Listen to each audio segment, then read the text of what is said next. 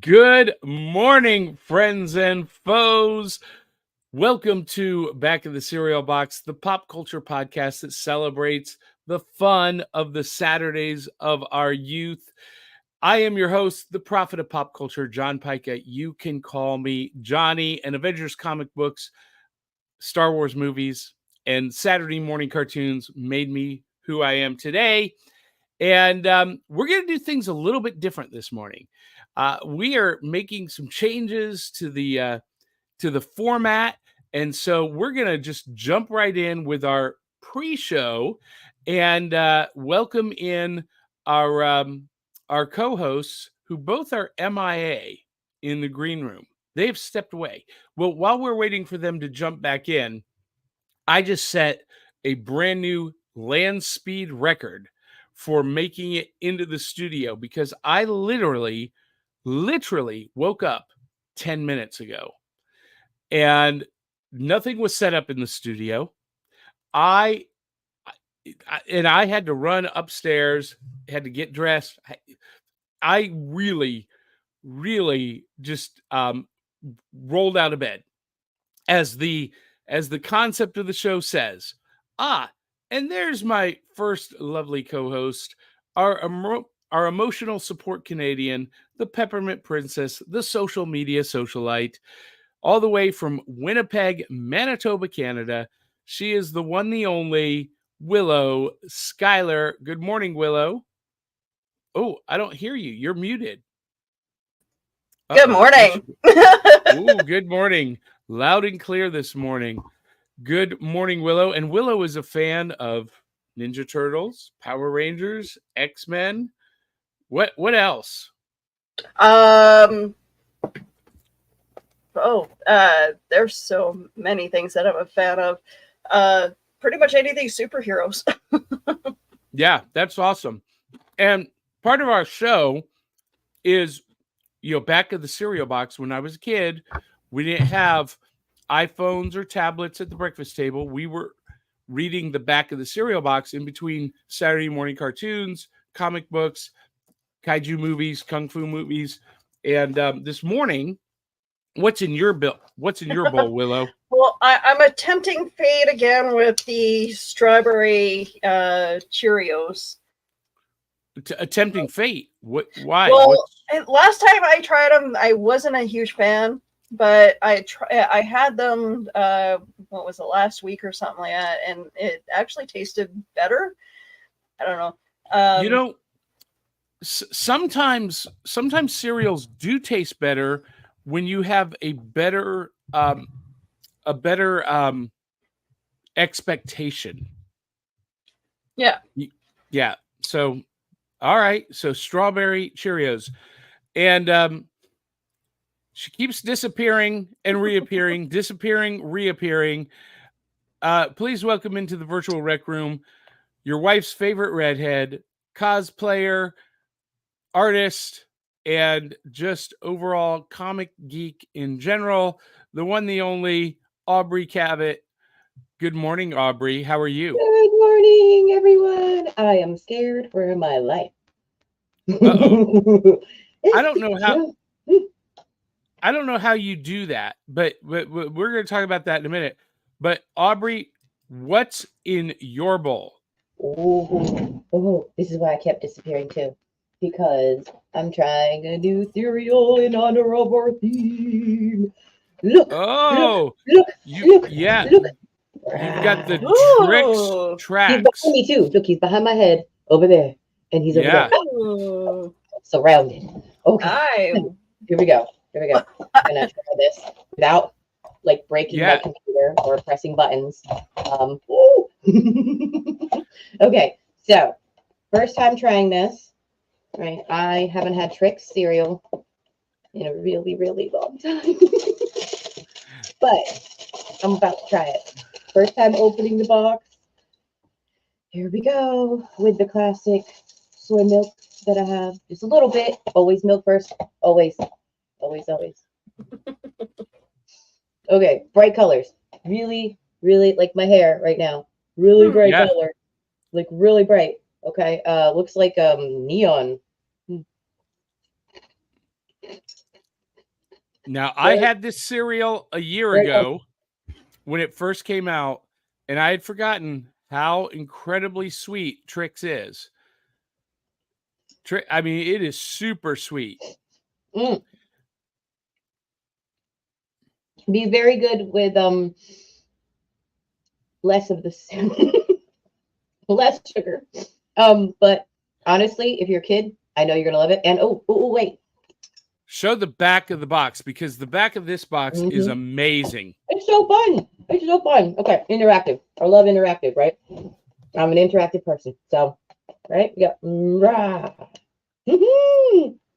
Look, you can make your own paper dolls. You can fight each other at the kitchen table.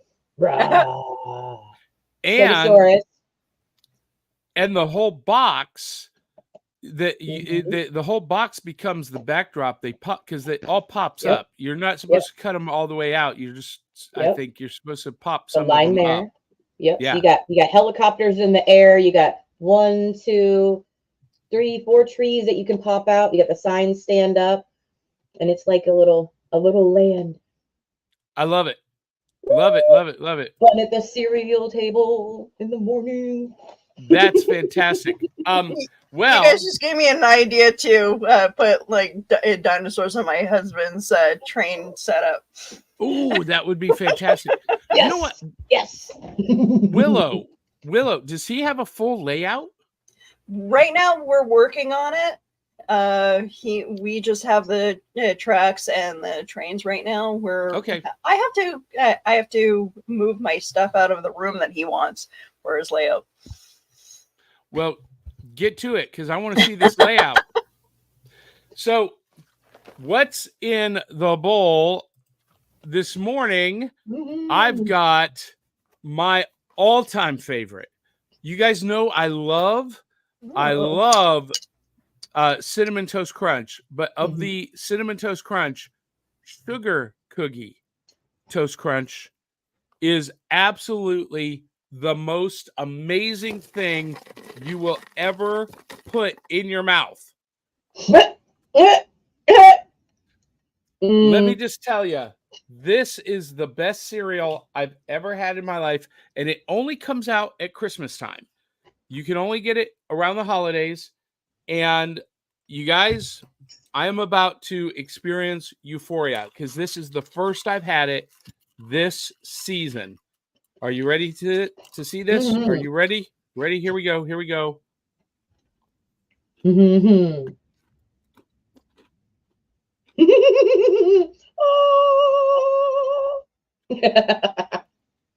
See the pyramids along the Nile. See the marketplace in old Algiers. Unbelievably good. Sugar Cookie Toast Crunch.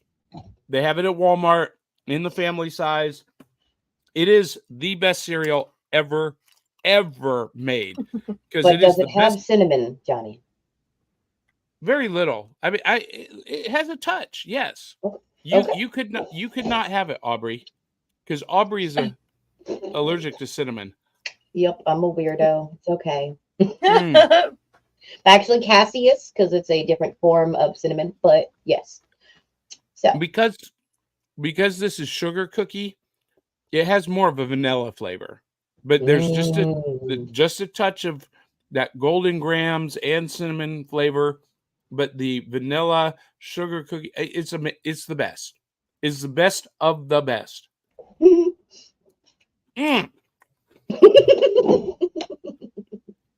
So, moving right along, we need to acknowledge our sponsors this morning. Our Cereal Box Super Friends, Eli Cash, Cindy Kep, Sharice Collins, Dave Mattingly. Thank you. They keep the show running at Cereal Box, or at patreon.com/Cereal Box Podcast. And that banner is going to be running along the bottom.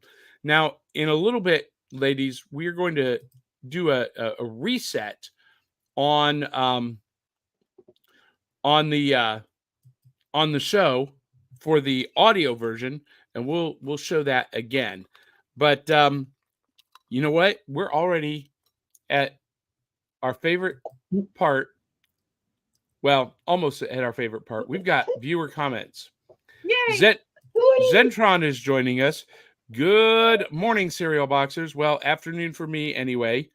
And he says, unfortunately, no cereal for me today. I had to take my mother grocery shopping this morning due to her having fallen on ice last week, fracturing her elbow.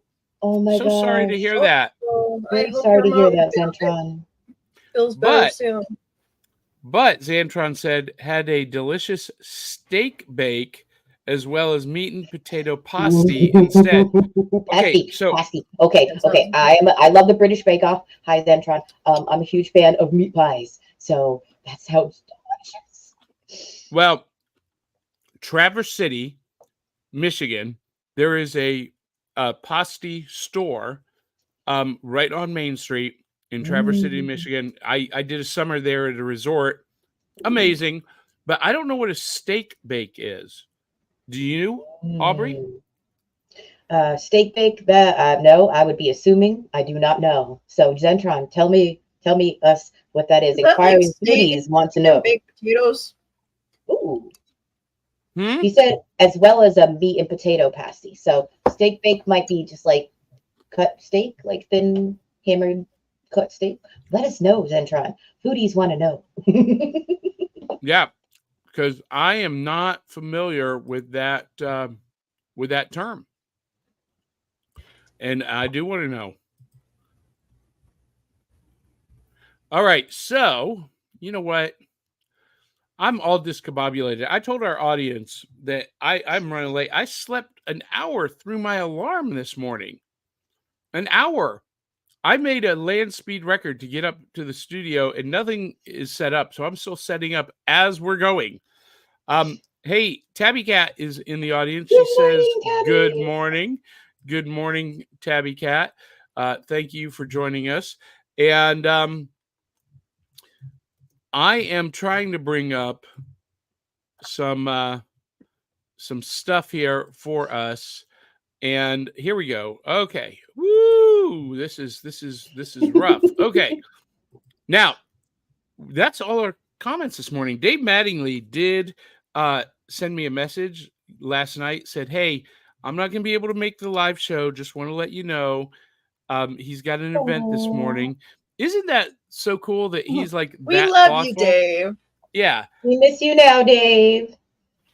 I'm sure he'll catch it some other time. Dave's not here, man.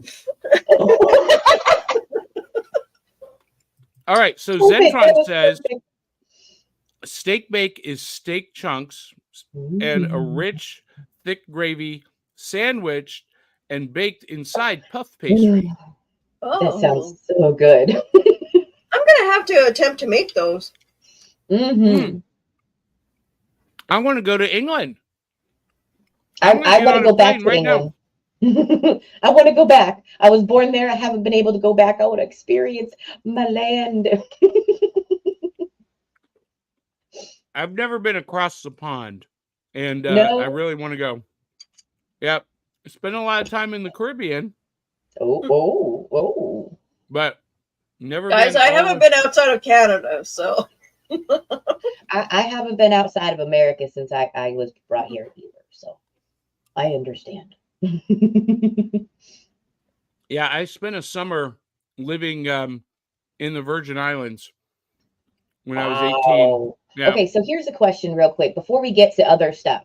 What is the holiday getaway that whether or not we were out of the country that we were, in, what is the holiday getaway that you had an opportunity to do when you were young enough to be interested in the movie we are talking about today? Well, because we were all kids, so we couldn't go anywhere unless the adults let us. So what was your version of a getaway when you were a kid? Well, okay, this movie came out. We're going to talk about it in a minute. But came out in 1988 or 1988. And I was 18. So I could go anywhere I wanted. And I did. I went to the Virgin Islands. That's when I spent a summer. When you... Yeah. Yeah. So there you go. All right. So what about you, Willow? Around this time, I was living with my grandma, or my grandparents, and I think the getaway was, as far away from her as possible. That's awesome. So, that's funny. I think when this movie came out, I was 8 years old. So when, much like Willow, when this movie came out, my getaway was where we lived was in the city, and we lived above someone else's house. So it was like a studio apartment kind of deal.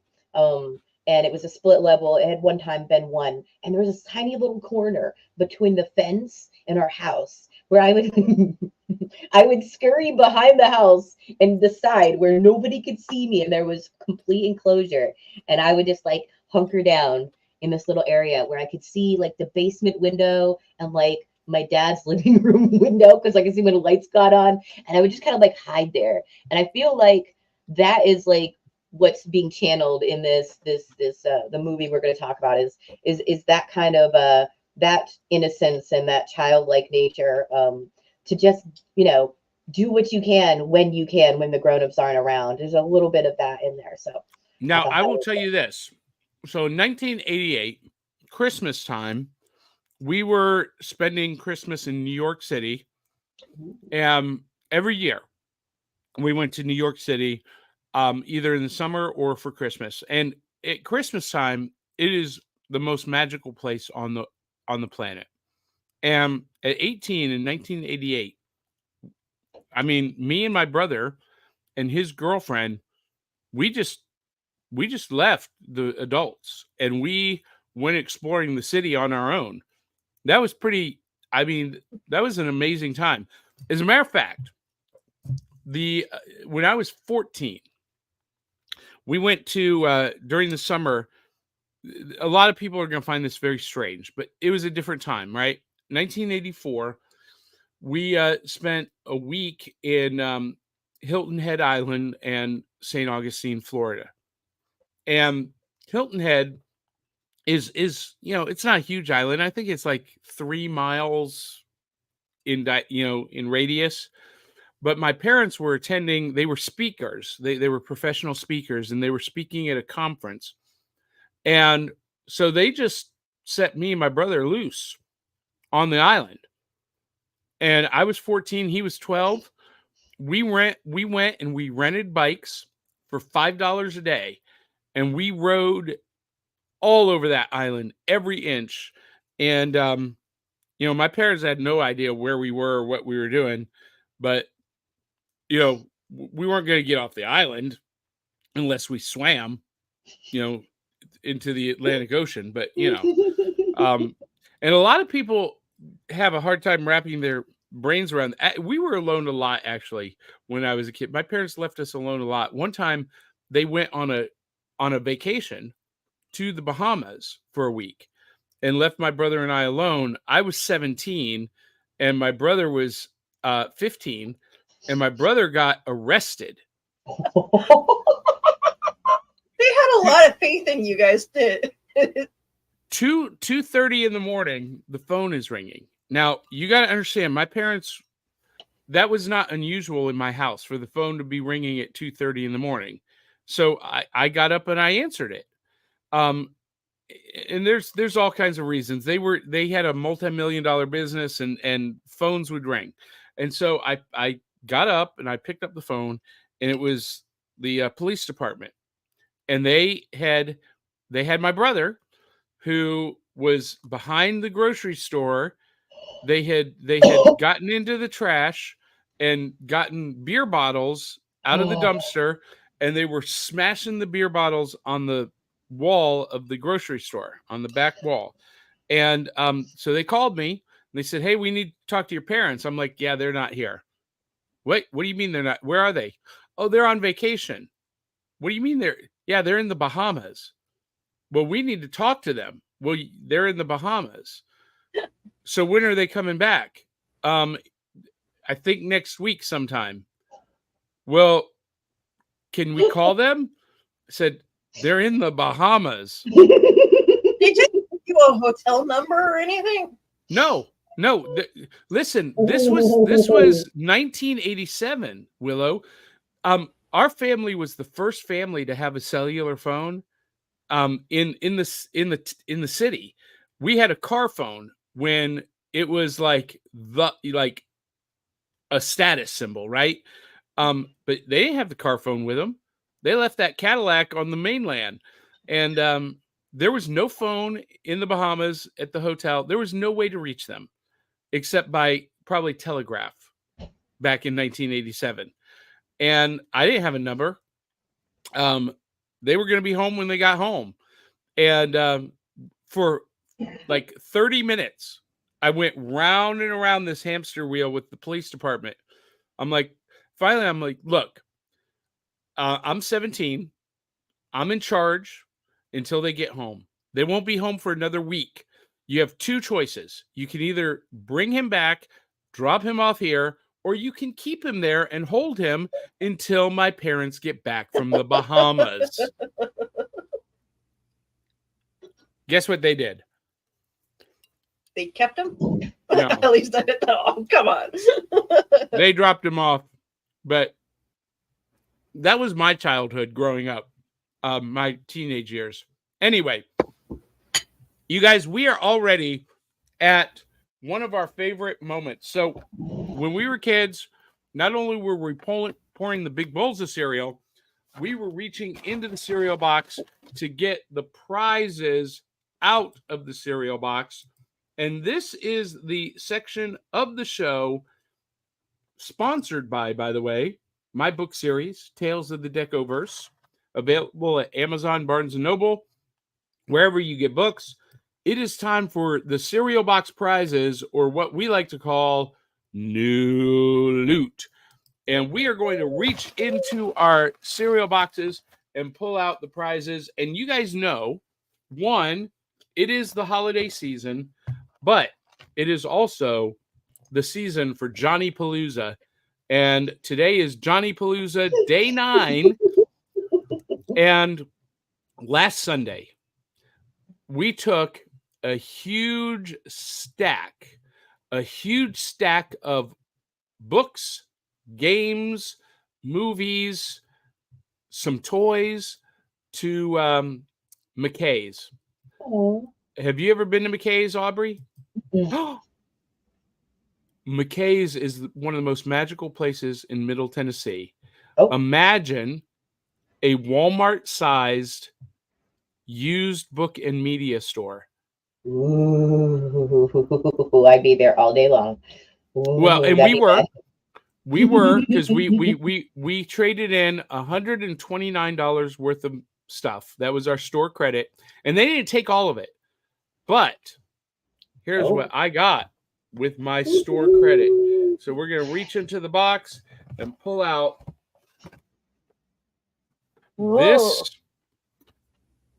Okay. So, yes, thank you. Oh, that's pretty. So this is the front of the box. This is the back. Now, go. Aubrey, you were not a part of the cast when we talked about Thundercats, so we'll be doing it again next season. But check this out. Are you ready? Oh, that is so pretty.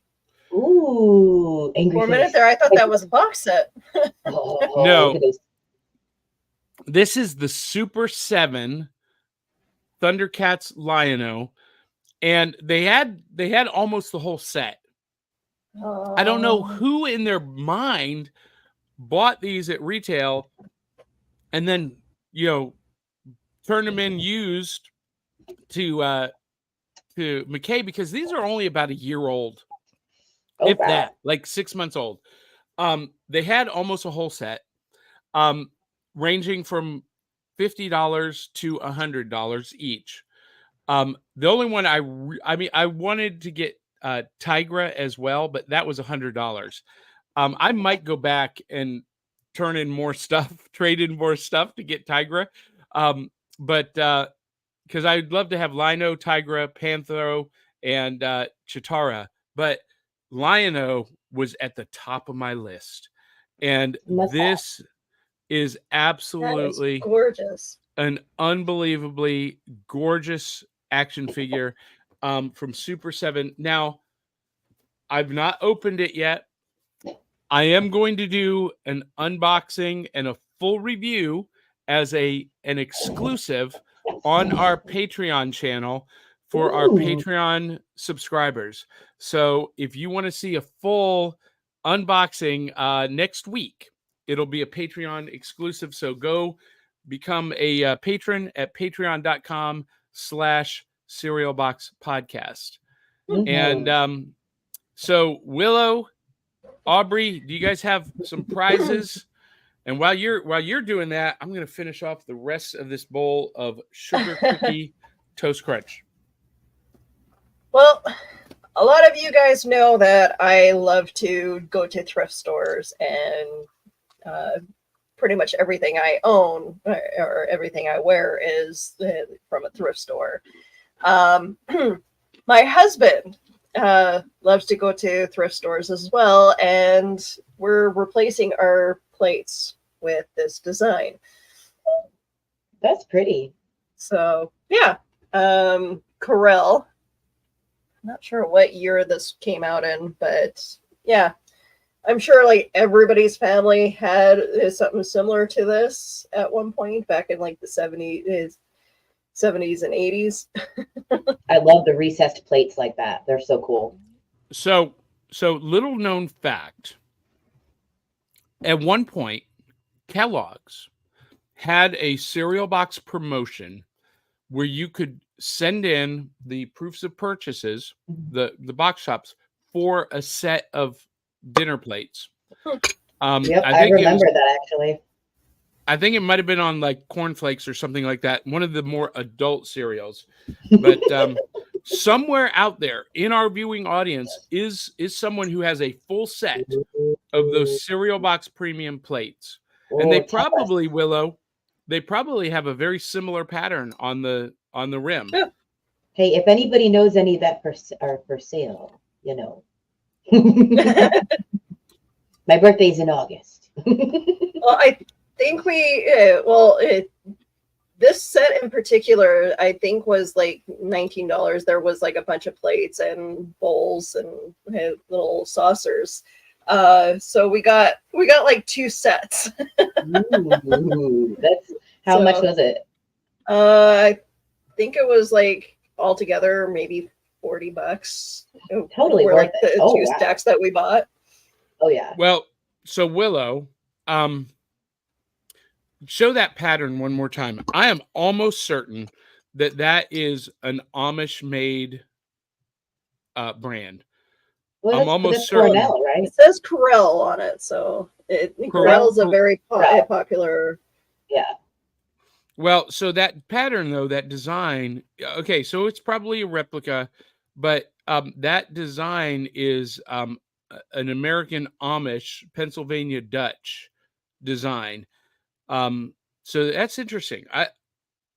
I grew up in Pennsylvania Dutch Amish country and saw that pattern everywhere all the time. So Aubrey, what about you? Oh, okay. So I have a favor to ask. I need you and Willow to like do like a thing for me, because sometimes I have decision paralysis. If anybody else has adult ADHD, you know what I'm talking about. So decision paralysis. Left hand or right hand? I couldn't pick.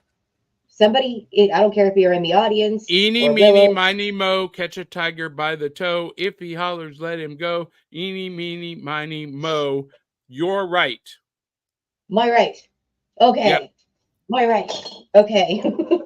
I couldn't decide what was in the box today. So, what is in the box today is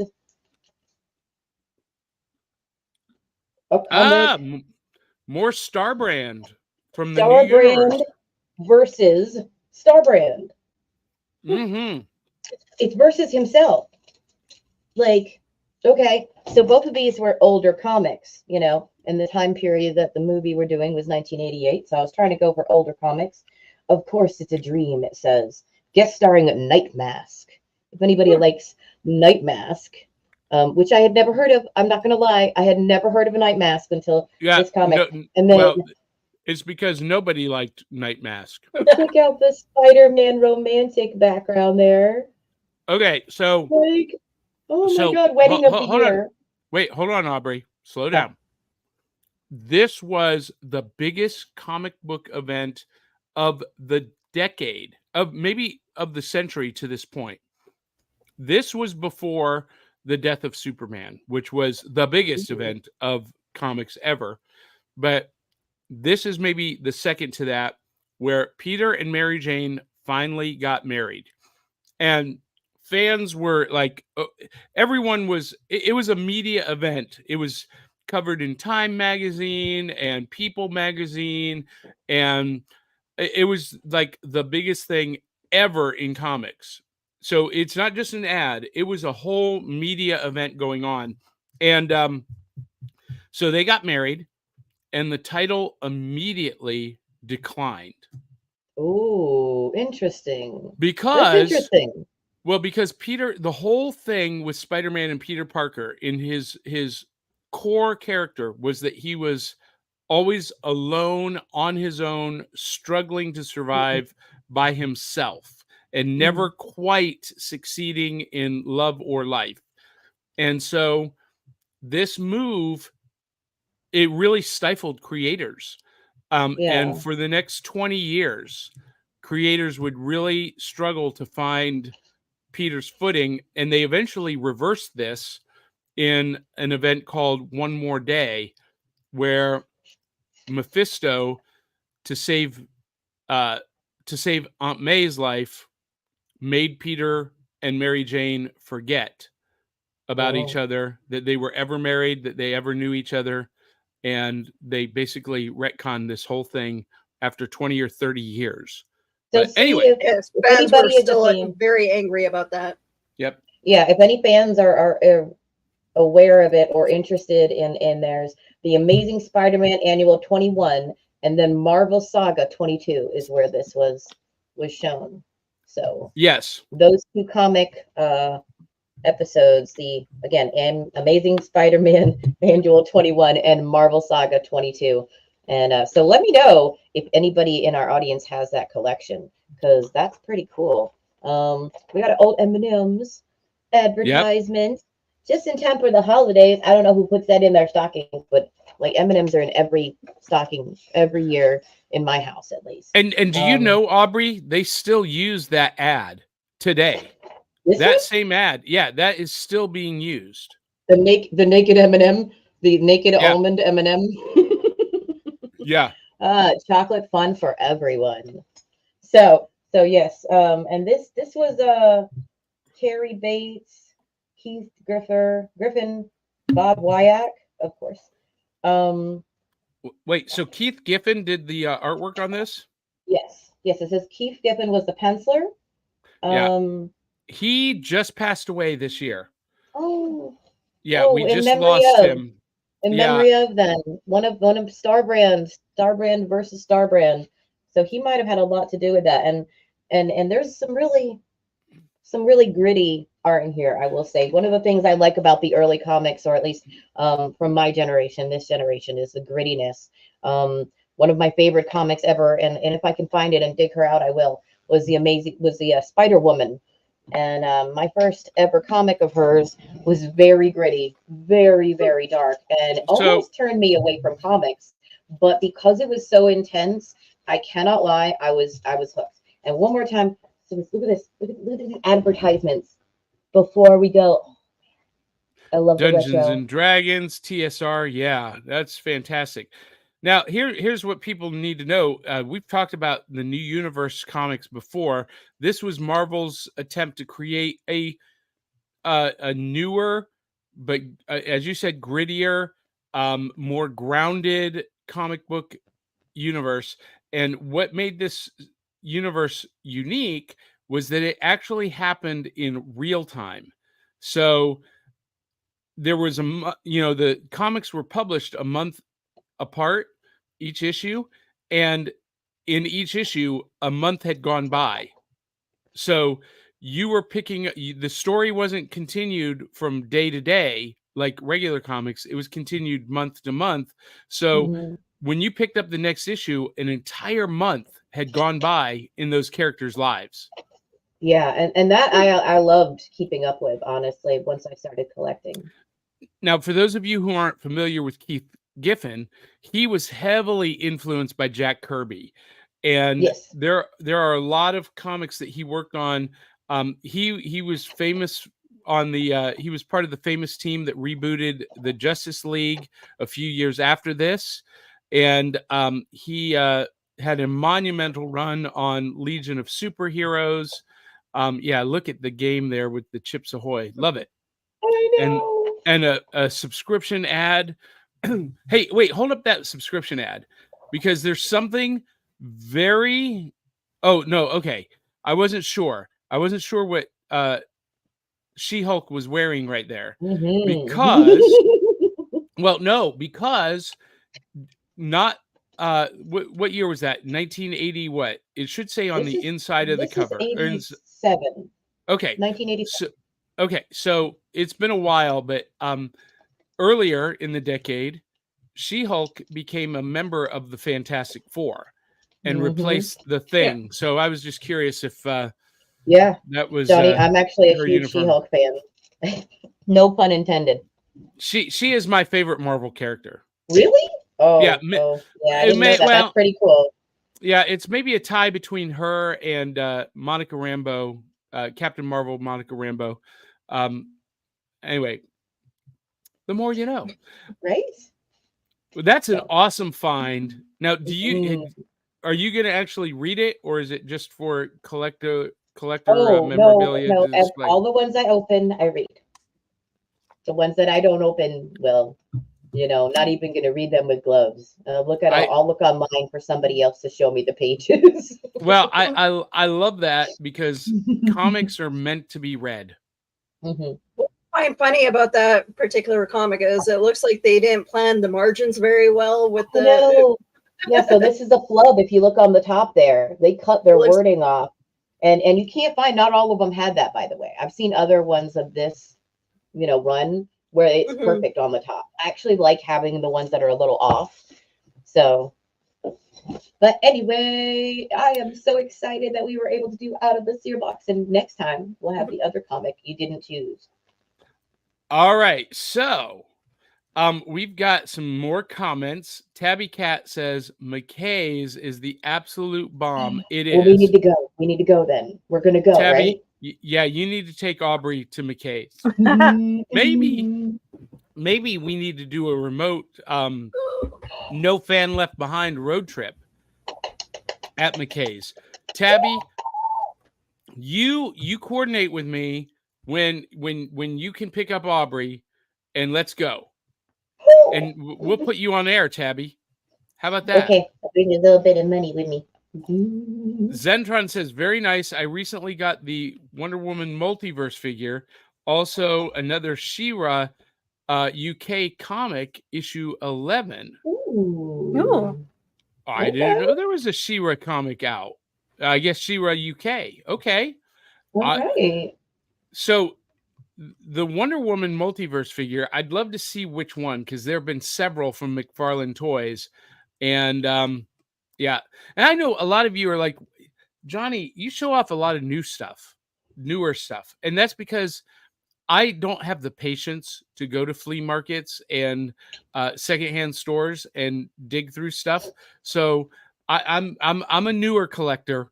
So that's what, Aubrey, I commend you for finding that stuff, because I don't have the patience.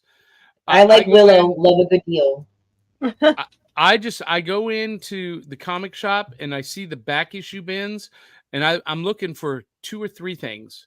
I'm looking for back issues of the Phantom, Flash Gordon, or Godzilla comics, maybe some Avengers that I don't have in my collection, but I have most of them from issue 56 on.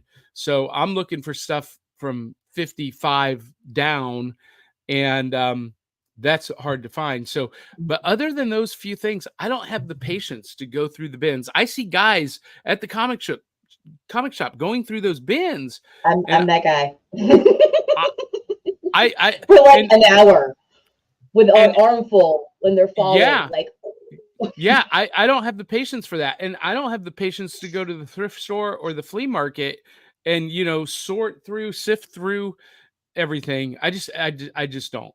If I see something, or if someone gifts me something that is retro and truly vintage, I'm over the moon happy about it. I just don't have the patience to go find it. So that's why I don't show off a lot of vintage stuff. So thank you, Willow, and thank you, Aubrey, for filling in. And Zentron confirms, but he only has 2 Kellogg's bowls from the early 90s. Okay, so the Kellogg's bowls from the early 90s were the they had a Frosted Flakes bowl, they had a Fruit Loops, and a Rice Krispies bowl. I think there were 3 of them. There might have been a 4th one, but no, I'm talking about in the 70s, Zentron. You could order from the back of the cereal box plate sets. They came one at a time, but somewhere out there are some. And look here, Keisha Acuff is watching. She says, "Hello, beautiful people." And Eli Cash is with us. He says, "What's in my box? Had a nightmare involving townsfolk revealing to be cultists of an elder god." All right, Eli, we need to talk about your therapy sessions, because they need to turn into D&D games, obviously. oh, I think that's part of the problem. I think he's too into them. He's dreaming about them. So Eli T. Cash is working on a comic series right now, with me, called Wenches and Wormholes. Ooh. And it's part of our Decoverse series. It's the next comic release in the Decoverse series.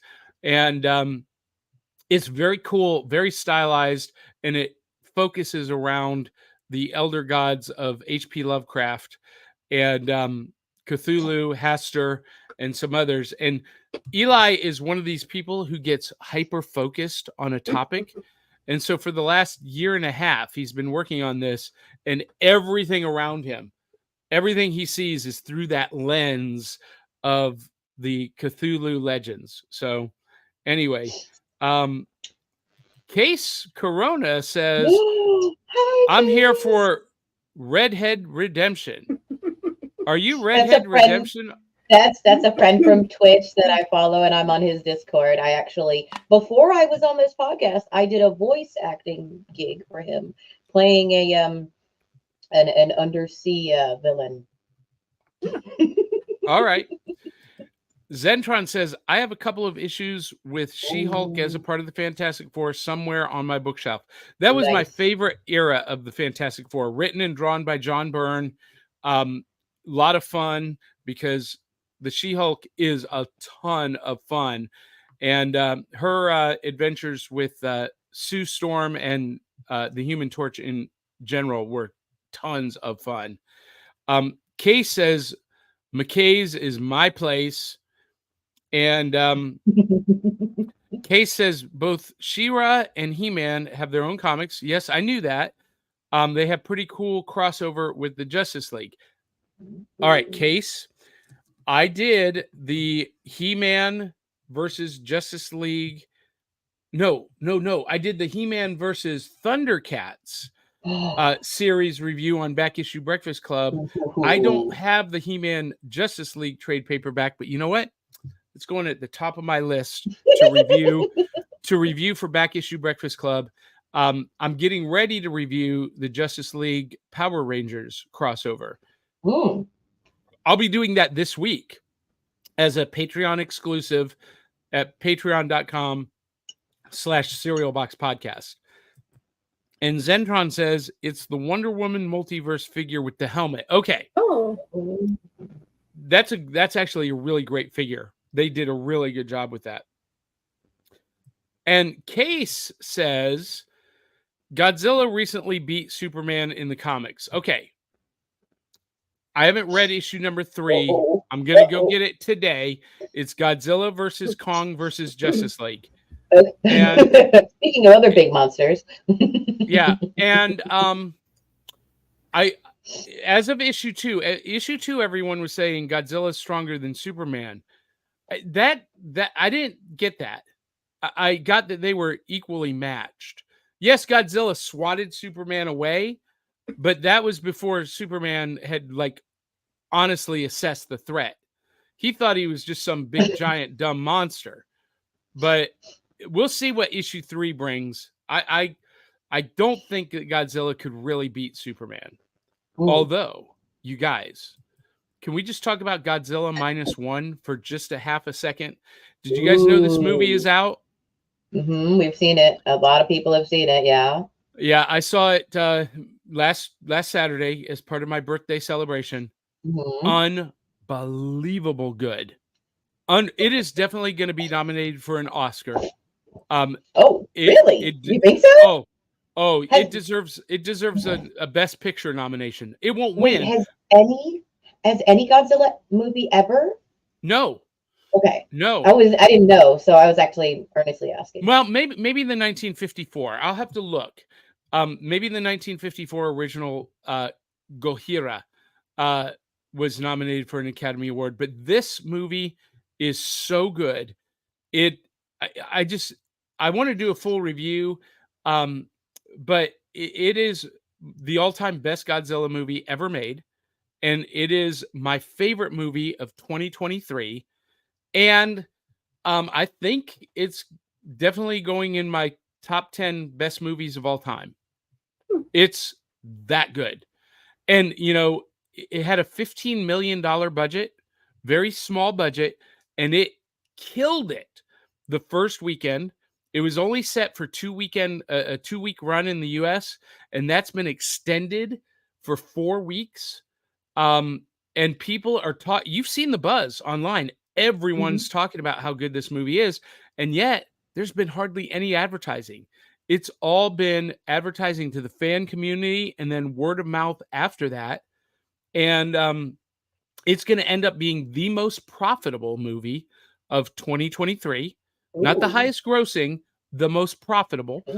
And it's all due to fan reaction, word of mouth, and not a big bloated budget, $15 million. And I really hope that Marvel, Disney, Warner Brothers are paying attention, because they created something not only great, but very special with a very small budget. And they proved that if you have compelling, likable characters that you can relate to, because it's the human character story in this movie that is more compelling than Godzilla. Godzilla is just the plot device for the people. Oh, okay. Yeah, the people are likable. Their story is so relatable. It's so compelling, and this is a movie that it'll choke you up. You'll cry. Okay, I might actually watch this one. Yeah, it's unbelievably good. I highly recommend it. And anyway, Tabby Cat says, Johnny, I am definitely down for a group trip to McKay's. Well, message me. Let's make that happen. And Zentron says, the She-Ra comic was never released in the U.S. It cost me £14.95, 14 pounds and 95. What is it 95 cents in Britain? I know that's 14 pounds, but what is in the US? That's 95 cents. But what is that in UK money? Would that be Willow's looking? And then Zentron says, fun fact, the He-Man cartoon premiered on UK TV before it did in the US. Really? I'm going to have to look that up. Because that's cool. That's next season, Zentron. We're going to be talking about the US daily shows in our next season. And Cartoon Commotion says, nice backdrop, Aubrey. On point with the theme. Good morning, all, by the way. Good morning. And I don't know how you do that. How do you find backdrops every weekend that goes with the theme? And why do you take that time? I love it. I love it. You've got the time and devotion. I love that. But I'm a little bit lazier than you.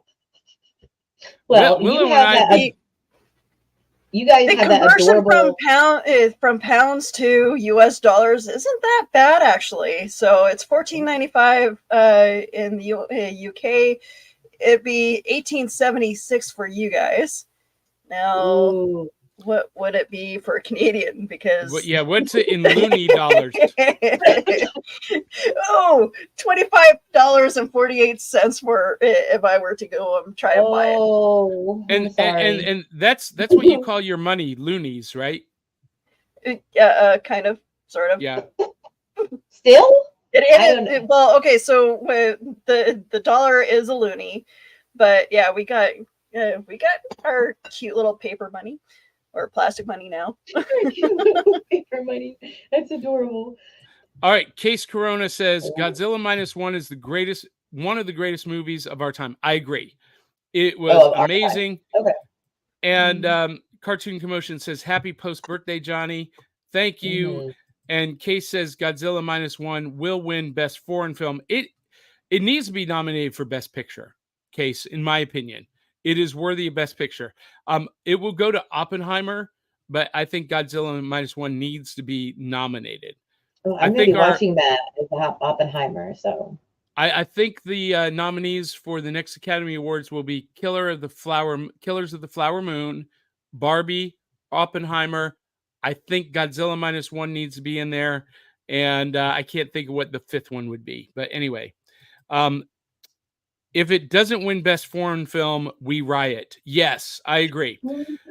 All right, so we are caught up with comments right now. Oh, Tabby Cat says Aubrey is the queen of thrift. I love that.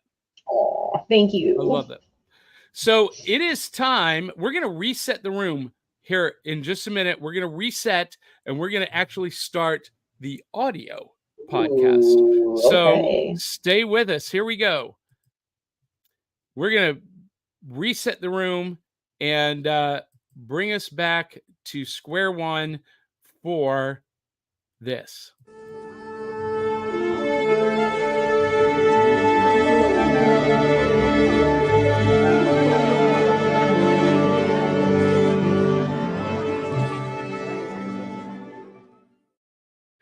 Good morning, friends and foes. This is Back of the Cereal Box, the pop culture podcast that celebrates the fun of the Saturday mornings of our youth. I am your host, the prophet of pop culture, John Pica. You can call me Johnny. And this morning, we are talking about the George Lucas, Steven Spielberg, and Don Bluth classic animated series or animated movie, The Land Before Time. And we're going to do that right after this.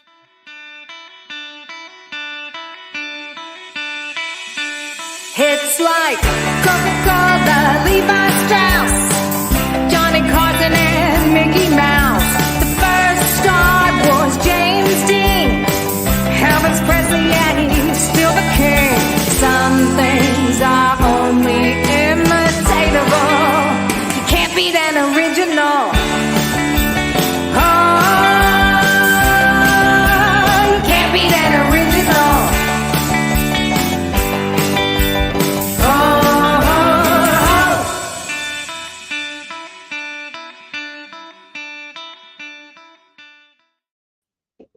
All right, guys and gals, that amazing theme song was brought to us by DL Memphis and the Murdering Crows. And this show is brought to you by our Cereal Box super friends, Eli Cash, Cindy Kep, Sharice Collins, and Dave Mattingly. You too can have your name in lights at patreon.com/Cereal Box Podcast. And joining me in the virtual rec room, of course, is Willow Schuyler, Aubrey Cabot.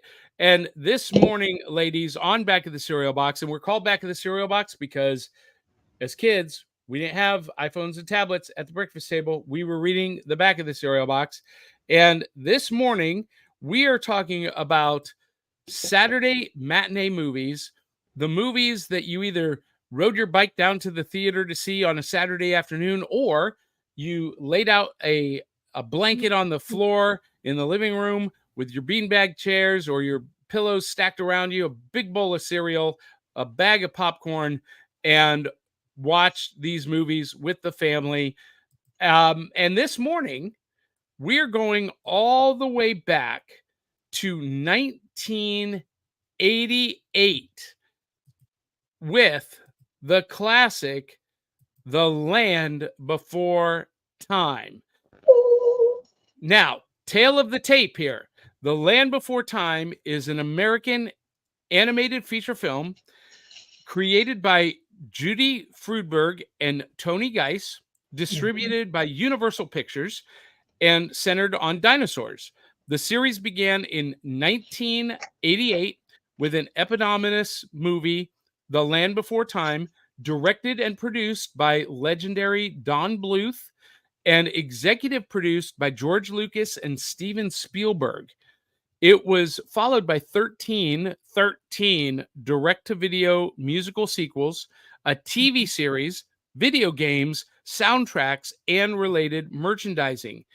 Neither the sequels nor the movie neither the sequels nor the series involved the participation of Bluth, Lucas, or Spielberg. They were only involved in the launch, the very first movie. All 14 films were released as a complete collection on DVD on June 14th, 2016. And the film follows the friendship of a group of 4 dinosaurs and a petrosaur, Littlefoot, Sarah, and Littlefoot was a brontosaurus, and Apatosaurus, brontosaurus, a long neck, Sarah, a triceratops, Ducky, a Saurolupus, Petrie, pterodon, and Spike, a stegosaurus. After finding the Great Valley, they raise a carnivorous baby, a Tyrannosaurus, who they named Chomper, and they survive a drought and a cold snap and witness a solar eclipse. That's through the whole series. But in all films, embark upon adventures, learning lessons about life, teamwork, and friendships along the way. So in this movie, The Land Before Time, the 5 of them, Sarah, Littlefoot, Petrie, what was the stegosaurus name? Why did Spike and Ducky, they are separated from their parents during a cataclysm. It's probably one of the comets that hit the earth, and they're separated from their parents and their grandparents and their tribes, their herds, and they are trying to make it to the Great Valley to be reunited with them. And spoiler alert, well, we'll save that. So we have Ducky. This is Sarah. We have Petrie, Littlefoot, and Spike. And Littlefoot is the erstwhile leader of the herd of this 5. And here's the movie poster. And all throughout the movie, they are pursued by Sharptooth, the Tyrannosaurus. And here's Littlefoot with Mom right after he hatched. And there's Littlefoot grieving. We're going to talk about this in a minute. There's Sharptooth trying to attack Littlefoot, and Mom defending him, all while the cataclysm is going on around them. And here's the tribe of 5 on their journey. And this was a sweet moment where, Sarah, the triceratops. So there's this scene where, she's very stubborn, obstinate, headstrong, very proud. And there's this whole mantra that the herds don't mix. Triceratops don't talk to long necks. And here these disparate members of different herds are thrown together, and they not only become a new family, not only friends, they become a new family. And this is the scene where Sarah and the rest of the herd go and lay down next to Littlefoot, who is sleeping in the footprint of the T-Rex. And it's this moment they become a real family. And it was a really, really sweet moment. So Aubrey, as always, has a book full of notes. Willow, this will not surprise anyone. This came out in 1988. I was 18 years old. I was already working professionally as an actor, singer, and performer, and I just didn't have a whole lot of time for the stuff of my youth. So I never saw this until this week. Oh, I never What? planned before time. Um, and so I had no idea until this week that George Lucas and Steven Spielberg were the producers of this movie. I knew it was a Don Bluth movie, but I had no idea that Lucas and Spielberg were involved. Also, do you know who else was involved? The one of the other executive producers was Kathleen Kennedy, who is current CEO of Lucasfilm. Makes sense because her and Steven Spielberg have been friends for freaking ever. well, she was George Lucas's right-hand man too. So it was produced and distributed by co-produced by Amblin Entertainment and Lucasfilm, directed by Don Sullivan Bluth Studios, Don Bluth, and distributed by Universal. It was the co-executive producers were Frank Marshall and Kathleen Kennedy, so big names in Hollywood. And the producers were Don Bluth, Gary Goldman, and John Pomeroy. You've heard those names. And of course, the executive producers, the one who backed the whole thing, was Steven Spielberg and George Lucas. Now, most of the voice cast was, not very well known at the time, with the exception of the narrator, Pat Hingle. Pat Hingle may be better known to some of you as Commissioner James Gordon from the Tim Burton Batman movies. So, yeah. James Horner did all of the music. He composed all of the music. And it's a brilliant score. Really, really sweeping score. And the story, though, it's pretty much a straightforward story. The kids are separate. Okay. Basically, this is an animated version of Homeward Bound. Yes. If anyone has seen Homeward Bound, the kids are separated from their parents in the cataclysm, and they have to find their way to the Great Valley. But Littlefoot, spoiler alert, he's not just separated. His mama dies fighting the T-Rex, and he is left alone. His grandparents have been separated from him, and half this movie he is mourning the loss of mama. I gotta tell you, that was like, Bambi losing his mama. Yeah, that was a tough moment. I had no idea that happened in this movie until I watched it. That was a tearjerker. Beautifully animated and illustrated moment. Super well written. And it really, anyone who's lost a parent, it really hits hard. But past that, this movie was pretty straightforward. The kids, they argue, they get separated, they come back together, they have to face the challenge of being pursued by the T-Rex. And then, in true Hollywood happy ending fashion, they make it to the Great Valley and are reunited with their herds. And it ushers in a whole new era because everyone learns from the kids that the herds can get along and intermingle and be one society. That's a pretty big message for a kids animated movie. And this was only a 69-minute movie, little over an hour. And had some big themes of loss, community, family, and reconciliation and unification, all in 1 hour. And the animation, though, was a little bit uneven. There are some moments where it's gorgeous, where it's brilliant. The whole cataclysm scene, the fight with the T-Rex and the mama longneck, gorgeous, brilliant. But then there were some other scenes where you could tell the animators had to cut some corners or rush it to be finished. But this was a huge hit. As noted, it spawned 13 sequels and an Saturday morning animated series. So that's the tale of the tape. That's my thoughts. Willow, go. Well, okay, so this was one of my favorite animated films growing as a kid.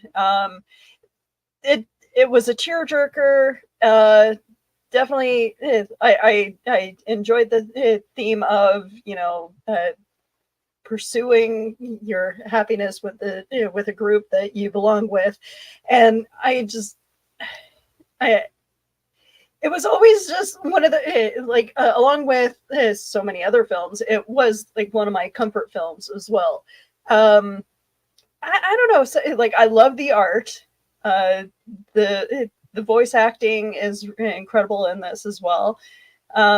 Just, and like certain things, like the whole yep is stuck with me forever. with Ducky was my favorite of the characters. I don't know if it's a him or a her, but I love Ducky, the eternal optimist. Ducky was always positive about everyone and everything, and that was Ducky's catchphrase. Yep. And I think that was the whole point of the way it was written was for the voice actress that did her voice, Judith Basari. Okay. Unfortunately, she was killed by her father. Like, what? I think during production of this film. What? Yeah, there's a huge story. Her father killed her and her mom. What? So yeah, she died at the age of 10. Oh my gosh. Well, for a 10-year-old, holy crap, that voiceover, her acting performance was amazing. I would have never have guessed that was a 10-year-old girl. Wow. No. So sorry to bring down the mood of this show, but no, yeah, you were saying I had to touch on that because Ducky was everybody's favorite. Well, a second favorite for me was Petrie, because Petrie had to become what he was already. He got to become who he was already, which is another huge theme of this movie. Continue, Willow. Sorry to interrupt. But no, and there was just like, I don't know, this movie was very cute, and it wasn't until like 10 years later after this original film came out that they started releasing all the sequels. So yeah, I remember watching a few of them. I remember the second one being very popular, and then it just kind of trailed off after a while. But yeah, they all had their own little morals during each movie. Now, Willow, did you ever watch the series? No, I didn't know there was a series until I started researching this movie. So yeah, no, it wasn't something that I think after the third film, I'm just like, okay, I'm done with these. Well, that makes sense. You know, as you get older, these weren't designed to grow up with you. Mm-hmm. They were designed to meet you at a certain place in your youth, and they fulfill that purpose. And Aubrey, the themes in this movie are just so big and surprising for a kids movie. And Tabby Cat says, if the themes are too big, you put them in a kid's story, which I think is a accurate comment for this movie. So, Aubrey, your thoughts, and go. Okay, well, my thoughts on Land Before Time completely changed. Mind you, if we're still live in the camera area, this right here is my homemade. Last night I made a tree star. Oh, a tree star! I love it. And it's of course it's Christmas themed. Yay! Tabitha, yay! Tabby recognized it. So if you look at it, it's the shape of the tree star. I had to actually buy something and tear it apart and put it together with tape in order to make this last night at like after 1 a.m. But he just carries it around like Littlefoot's like determined to turn it into a memory. So I got my tree star. So it's not just a memory though, Willow. It was a gift from his mother. And, yes, and that's what makes it a memory to him. That's why he holds on to it. That's why he lets Petrie guard it. That's why it becomes kind of like a constant. And it was actually a pinnacle moment, a primary moment in the story, if you've watched the movie, where, again, the original, the first one, when the tree star gets, well, spoiler, because we already know what happens at the end, but when the tree star gets no longer with the group, that is the moment when it's really kind of pushes the whole story into the kids have to do something themselves. Like they can't just wander around and fight. They can't just, pick sides and go this way and that way and just survive. They needed to work together. I believe that each character has an important hierarchy, and like if you want to, anything could be turned into a larger scale thing. But it's taking that classic trope of death and then purpose, and then the end of a story being finding that purpose is what this movie called on. And like every Don Bluth movie, there are some genius, moments of music and art that make you just think. Even if you're not really watching the movie, like you said, John, you'd never seen it. For Willow and I, this is a revisit. For you, this is the first time thing. I unfortunately did my study before I watched it again. So finding out about Judith, the actress, was heart-wrenching. It was destroying for me. I will never be able to hear Ducky's voice, or she also did the voice of the young girl in All Dogs Go to Heaven. Yeah. So, okay. So if you've seen these, all right, just if we ever do All Dogs Go to Heaven, that is another very deep, gritty, dark movie. Black Cauldron is another one. There's a lot of old school movies from this era that they call on this darkness from humanity and like bring it to this child's story, like Tabitha and like Tabby and you were saying. It's not just a kids movie. I don't believe ever that any of these movies were just kids movies. They had too many things that was like, okay, we're gonna have a shout out to the parents to keep them involved, So like all good novels, they have action, romance in different ways, or affection, and then they have this purpose and this drive. They don't ever seem vapid. Like there always seems to be something so much deeper that you can't really avoid the story touching you in some form or fashion. And again, to have that young lady lose her life after such a moving performance, I will never ever be able to look at those movies the same way. But I feel like they truly honor someone who had talent, raw talent at a young age, and we didn't miss it. We were able to see a little bit of it. So as much as some people might be like, oh, that's kind of morbid that they put the movie out after this young lady was murdered, they might see the money, they might see the production, but honestly, it would rob all of us if we never got to see Ducky's performance, if we never got to see that young lady do her.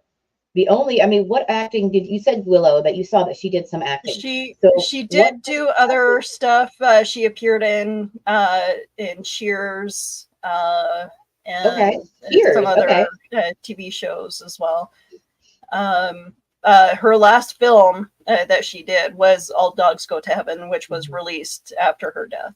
She had a huge career. Spanning from 1984 until 1989 with All Dogs Go to Heaven, but she played young Carol on Growing Pains, in 3 episodes or 2 episodes. Okay, so we know about that now. That's awesome. Yeah, she was in Jaws: The Revenge. She was on the Tracy Ullman Show, The Love Boat. Wow. Oh, wow. Remington Steele, Punky Brewster. Oh, wow. Look at this. Okay, so Cagney and Lacey. This is a young lady that if you like stories, those Hollywood stories of people disappearing that are great talents, here you go. We've got Judith Barcy.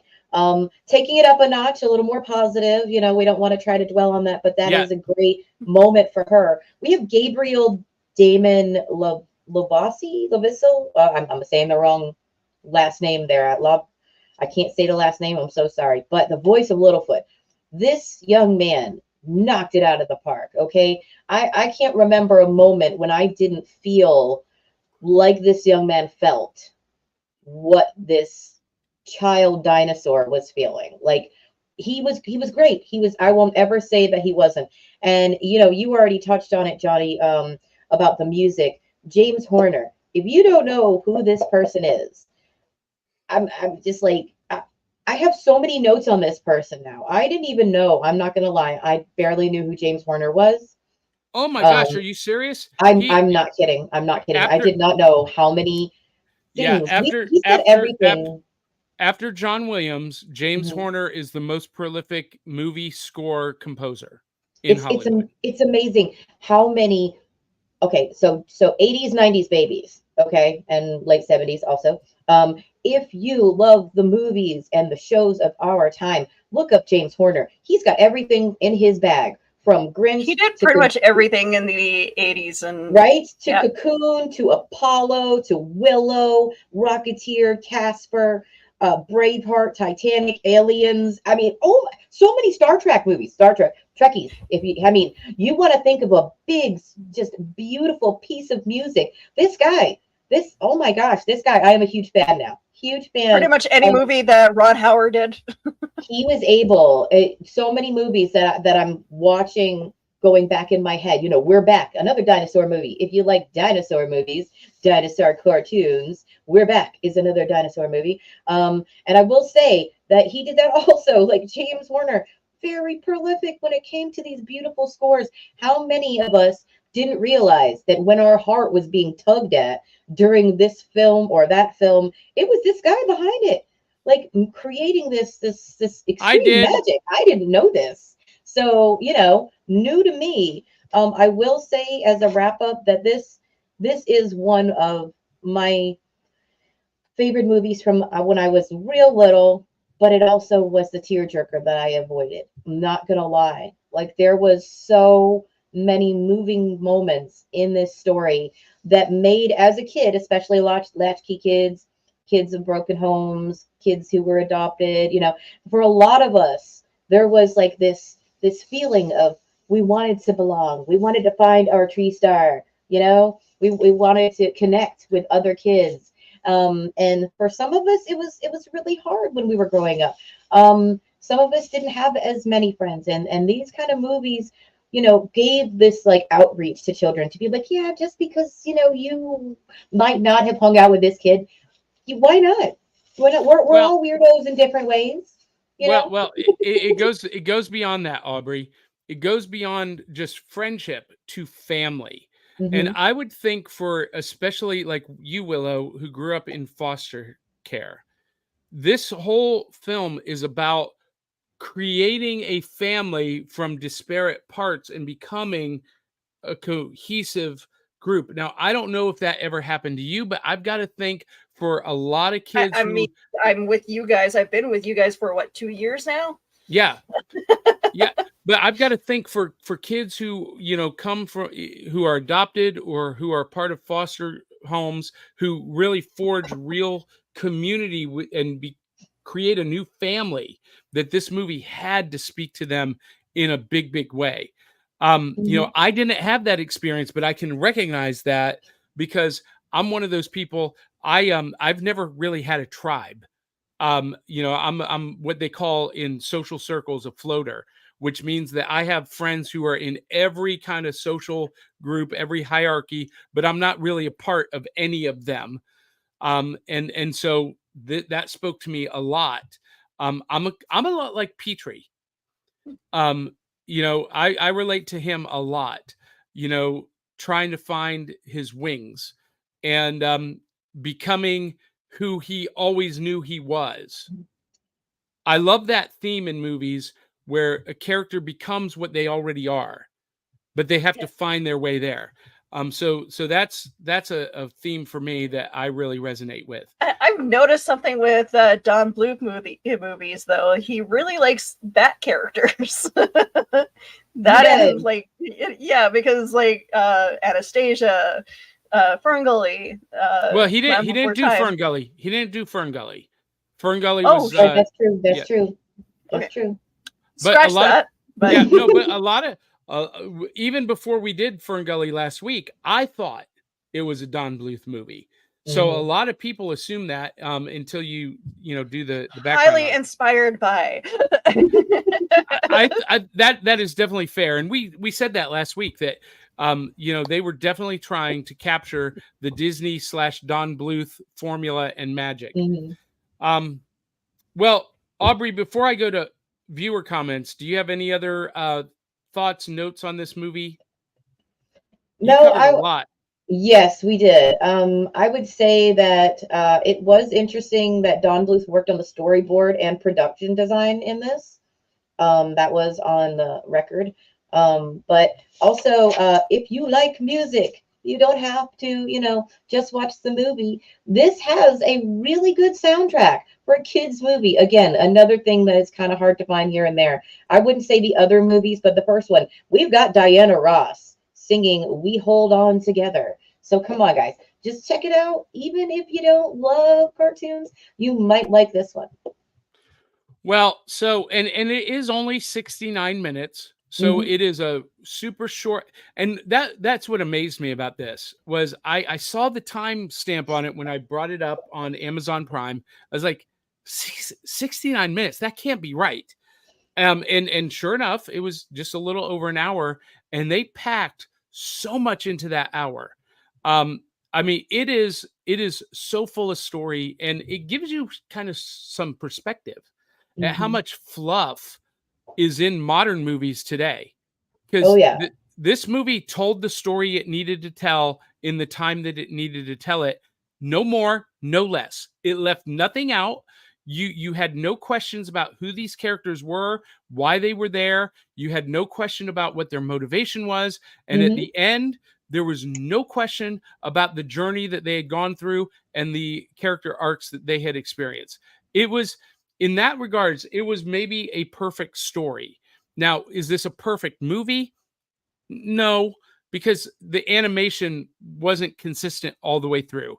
If the animation had been consistent like The Secret of NIMH or the next movie on our list that we're going to talk about, this might rank up there as a perfect movie. However, I think it is a perfect story. I really do. It is a perfect story. And let's go to some audience comments. Cartoon Commotion says, Johnny, I'm so glad you're catching up on the greats that you missed out while you were busy growing up, because this movie was an instant historical gem. Yeah, as it was a huge cultural success, this movie, and as evidenced by 13 spin-off movies and an animated series.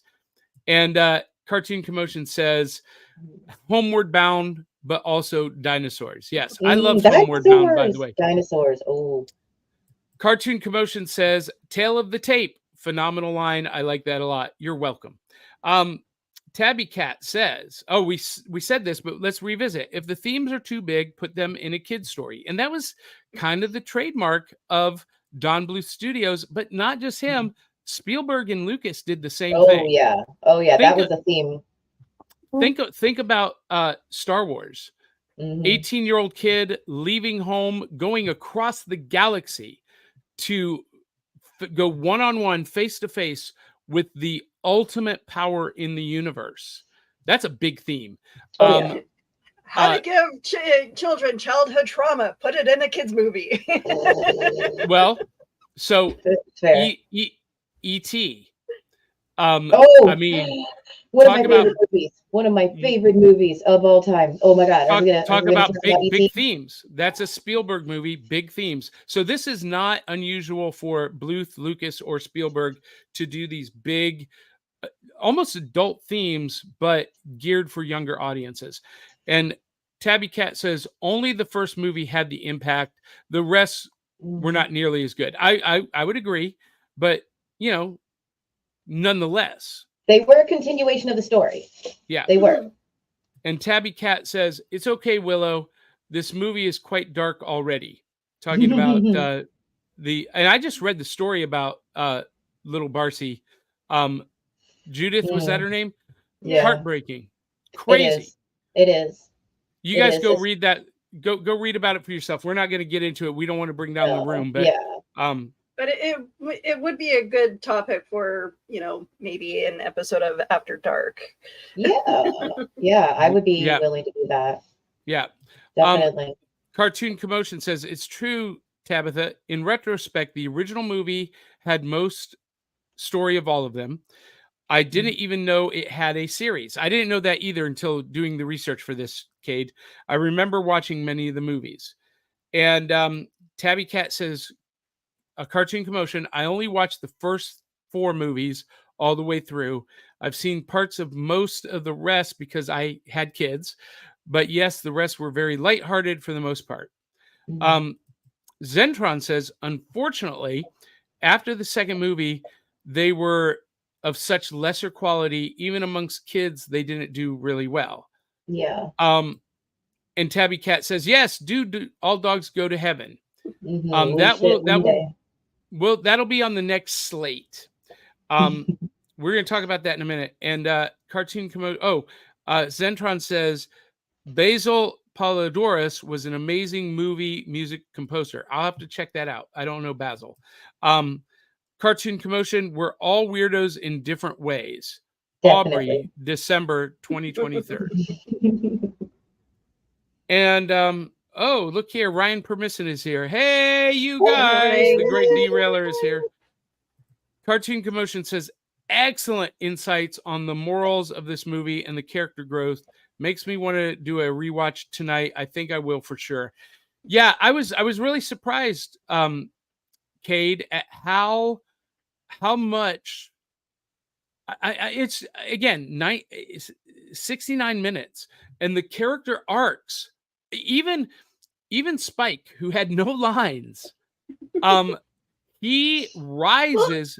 He's like I can't even describe what character I would describe him or assign him to, but he is the silent hero. He is the silent, strong type who is always there to support his friends.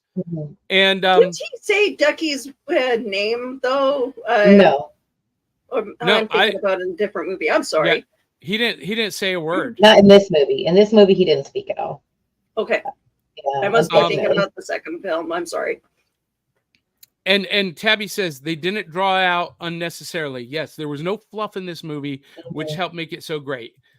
And Cartoon Commotion says, hey, man, trauma teaches, trauma hits us with the strongest messages, and they have the most impact. Am I right? Ooh, yeah. So Ryan Permisson wants to know, what's the next movie in this series? And I think Aubrey knows. Willow doesn't know yet. But we have one more. Mermaid. Yeah, we're gonna do The Little Mermaid next week. Ooh. My all-time favorite animated movie. It's the movie that. Wait. Hold it. No, wait a second. You love kaiju movies. You like the Phantom, Johnny. I pay attention a little bit. Your favorite animated movie of all time is Disney's Little Mermaid? Oh yeah. And we'll talk about it next week. You'll get more. So there's the teaser, and then we are going to take a break for Christmas, and we'll be back in January. So, miss you guys though. Yeah, there will be additional content coming out during those weeks, but for the live show, we're gonna take a break for Christmas. As humans, says Tabby, we make art out of our trauma. So you guys, thank goodness we do. Thank goodness we do. You guys remember last week I shared with you that I took a stand-up comedy workshop led by Robin Williams. And that is one of the primary precepts of good comedy. All good comedy is born out of tragedy and trauma. Ooh, So that's why wow, that's powerful. Yeah, that's why I was never good at it, because I never had a lot of tragedy growing. I didn't have a lot of trauma. I've talked about that before. My childhood, in my memory, was golden, but so that's why I was not good at stand-up comedy, and gave it up. But Zentron says it's supposed to say Basil.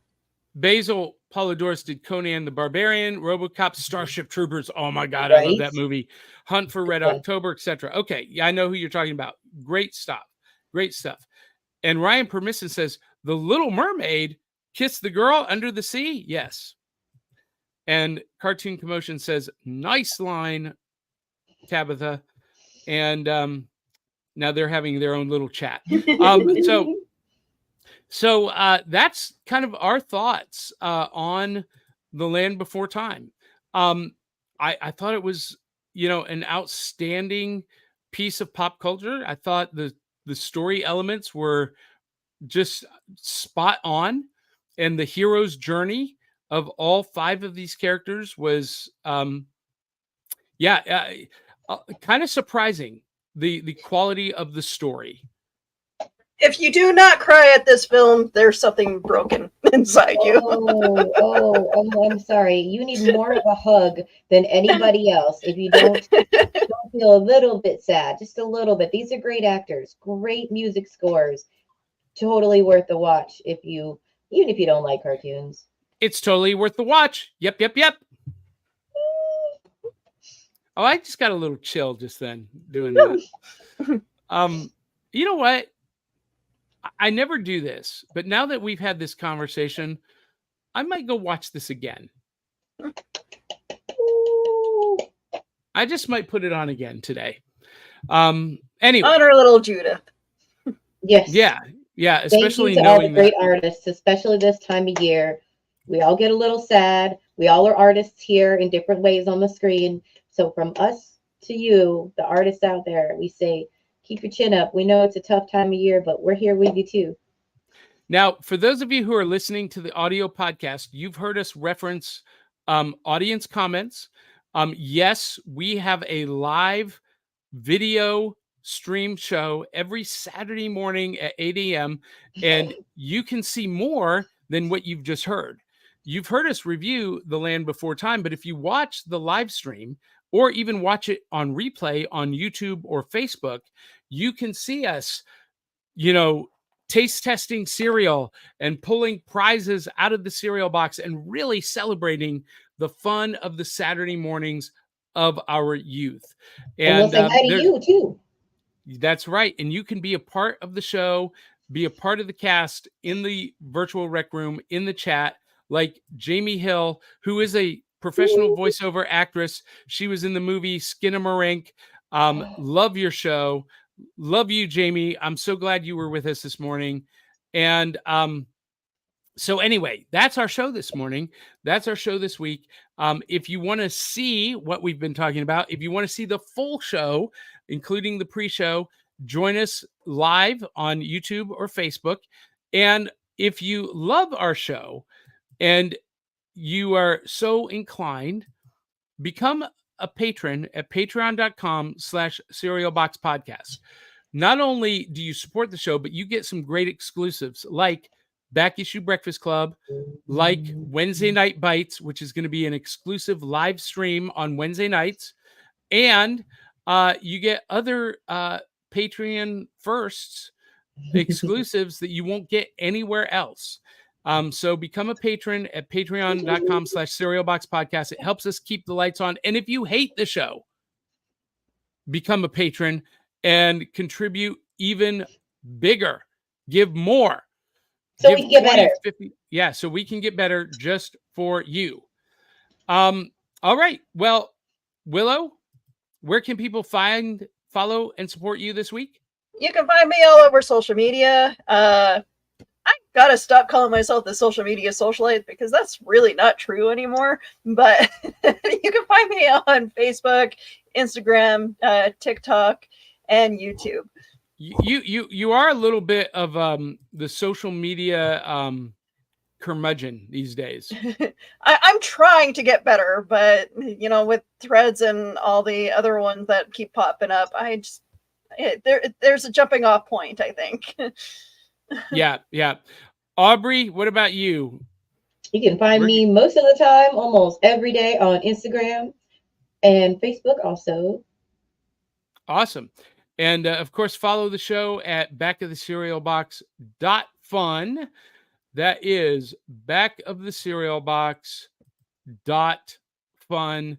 And you can tune in to all of the other great shows right at that website, like Cartoon Commotion on the Cereal Box Network, like the Ice Cream Queens, Cosplay Cafe, the Gilmore Sisters, and Fanatic Forum.